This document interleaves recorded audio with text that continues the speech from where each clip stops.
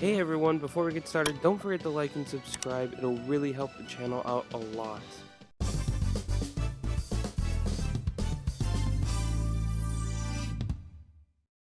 Do you guys remember Yu-Gi-Oh? There was nothing quite like it back in the day. Sure, there was Pokemon and the games were really popular, but I swear most people I knew had no idea how to play the card game. And of course, that's where Yu-Gi-Oh came in. And I think the general classroom consensus was it was more edgy, kind of more serious and more dark, so it was really popular. Me, myself, I was really big into anime, and most of the shows I watched were on at a reasonable hour. I can kind of just watch them after I got home from school. But Yu-Gi-Oh was different. Those sick people at WB put the show on at 3:30 and my bus didn't drop me off at my house until 3:40. So I had to rush all the way back and hopefully catch the second half of the show. And this show was awesome. Monsters, children's card games, you can't go wrong. I even credit this show to helping me get on my Japanese journey years later. See, at that time, I remember Duelist Kingdom was just wrapping up and they started Battle City. And so, just one random day, I went to my cousin's house. He was also into Yu-Gi-Oh! And stuff like that too. And he somehow got his hands on this.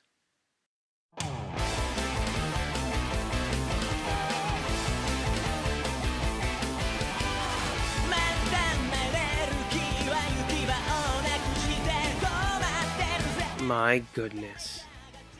In particular, this episode was where Kaiba was fighting one of the big five. He was a Jinzo. And of course, I'd never seen this before, right? Because back then, like most anime, for those who don't know, was behind schedule, or just way, way behind. So, things like Dragon Ball were already finished airing in Japan by the time they came to the US, and Yu-Gi-Oh! Was no different in that regard. It was already way ahead. You were able to sort of watch ahead if you put up with it in Japanese. And so that same cousin, he was into Yu-Gi-Oh! Like I said, and he also had this game right here. Yu-Gi-Oh! Forbidden Memories. Now I remember playing this game and having a ton of fun. I never actually had the game myself, and so I always wanted to go back and try to play it, because again, I was very hung up on nostalgia and I really, really wanted to give this game a go and beat it myself one day. So one day I was walking around town and went to my local Surugaya, and I found this game very cheap, so I thought this would be a perfect time to give it a go one more time. I was curious about the game itself and I wanted to see if there's like a community or something for it, since I was really into speedrunning at the time, and uh-oh.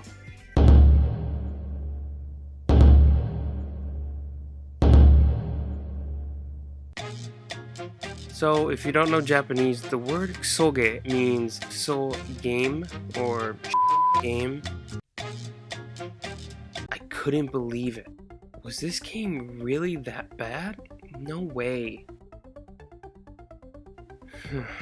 This game, it's worse than I could ever remember.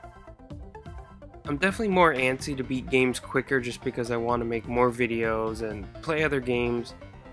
But for the most part, I don't mind grinding and whatnot. For example, I love Persona 5. I even love Persona 1 and 2 and 3 and 4.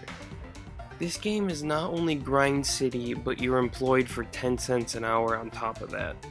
And while grinding usually isn't a complaint for me, when the RNG is this brutal, it makes for a punishing playthrough. So let me give you the breakdown. You play as a Tem as he hangs out with his friends dueling before this guy comes over and tries to take over the land with the Millennium items. It's standard fare. In order to stop him, you go to the future where you take over as Yugi in the present day, and you fight your way through a tournament, you collect the Millennium items, and then you send a Tem back to the past. So it turns out when you get back, this guy, Heishin, has already taken over the land, and yeah, all of his mages are holding onto the Millennium items, so now you have to go get them again.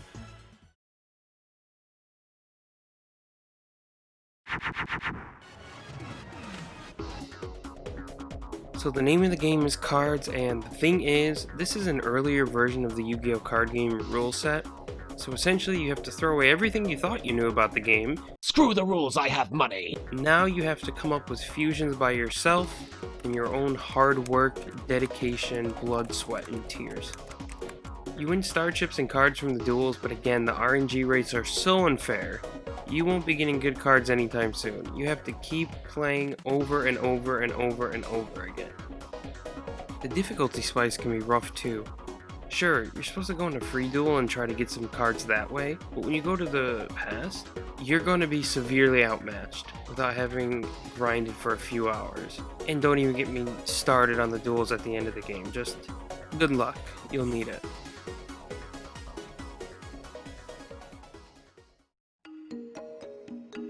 So is there anything good about this game? Well, I really like the story a lot actually. This game came out in 1999, somewhere around the time when the manga was getting Battle City started. Because of that, it's like an alternate take on events. All the familiar characters are here, but some of them have different personifications. In particular, Ishizu, who I believe was only just introduced, acts a lot more angry for some reason. She's very pissed. I don't know why. Because shut up. Haitian is an original character, and I think he's a pretty good villain. In general, I just like a lot of the character designs, especially those people in Egypt. The costumes are so ridiculous, but I love them. They're very outlandish, but they're very stylish.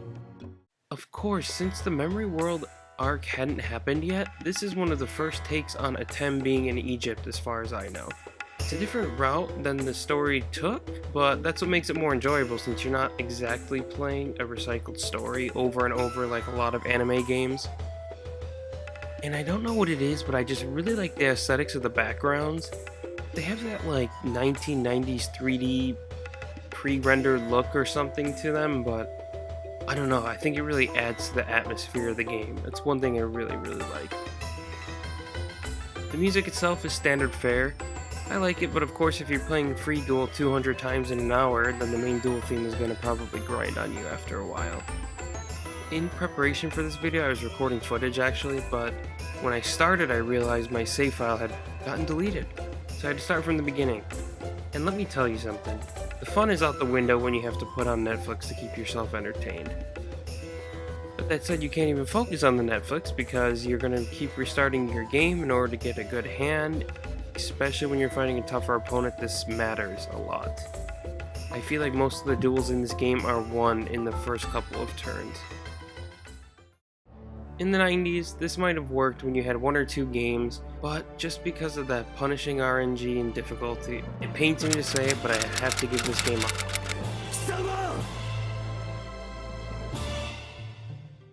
If you're interested in the story, maybe watch a long play or a guide online because it's pretty cool as a Yu-Gi-Oh fan. And so usually I talk about Japanese learners in my reviews as well. This one's a tough recommendation. I mean, sure, even if you decided you want to grind to play, you're going to have to essentially relearn every single Yu-Gi-Oh card's name in Japanese, and that is going to make it really tough.